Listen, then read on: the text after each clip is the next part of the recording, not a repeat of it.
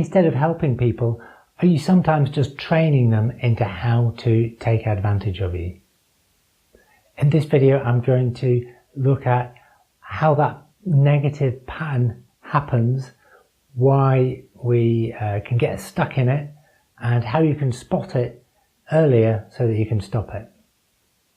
So my uncle Tony used to have a lovely spaniel dog called Susie. It was really, really cute, but she used to beg for scraps from the table like a lot of dogs. And we decided we were going to stop feeding them. But some members of my family, when she came up, she'd like put a paw on their leg or something like that, and they'd go, no Susie, you can't have any scraps. And then she'd start to whine and do those big kind of doggy eyes, and she'd like paw and like put her head on their legs, and then they'd say, okay Susie, you can have this one last piece, but then you have to go to your basket, okay?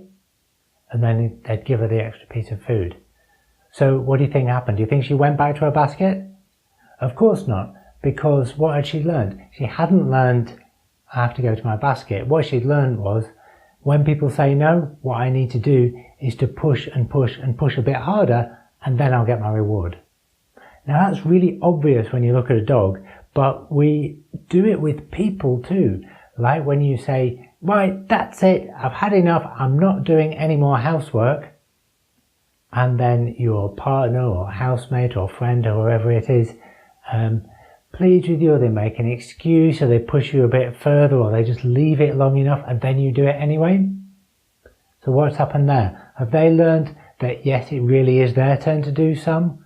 Or have they learned that when you say it's their turn, what needs to really happen is for them to push a bit harder, use a bit of influence, or just forget about things, and then eventually you'll do it anyway, and they get their biscuit, like the reward for doing exactly the thing that you'd prefer them not to do. That's crazy, right? But we do it.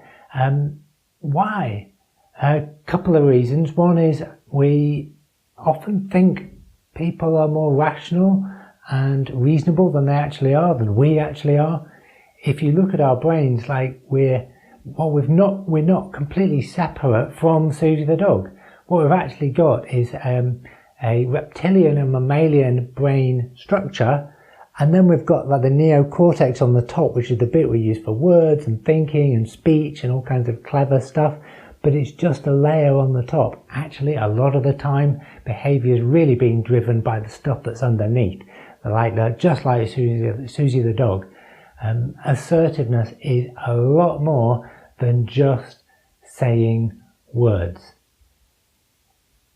The second reason we fall into that trap is what I call the Hollywood ending fantasy, or the heavenly ending fantasy. Because there's a deep pattern in our brains that wants to believe that if you suffer enough, then eventually you get a reward. Now you see this in Hollywood films, you see this in religions where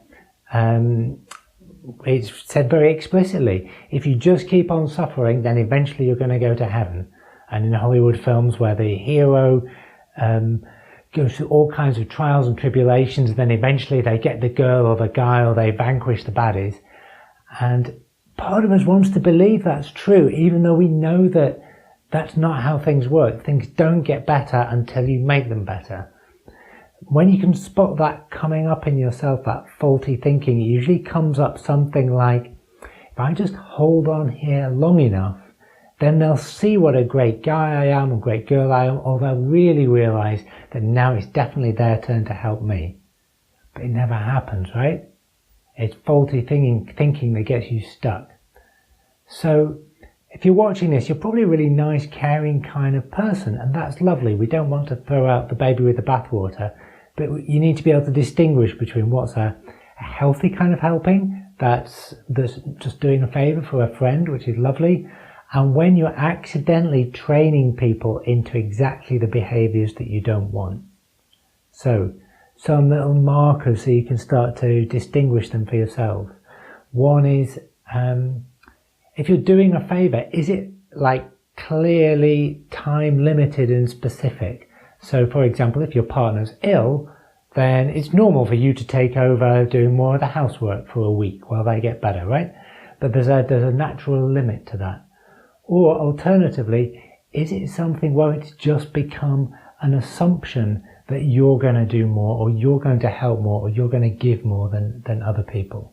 Because when it becomes that assumption that's an ongoing thing for no particular reason, that's when you're starting to get into trouble.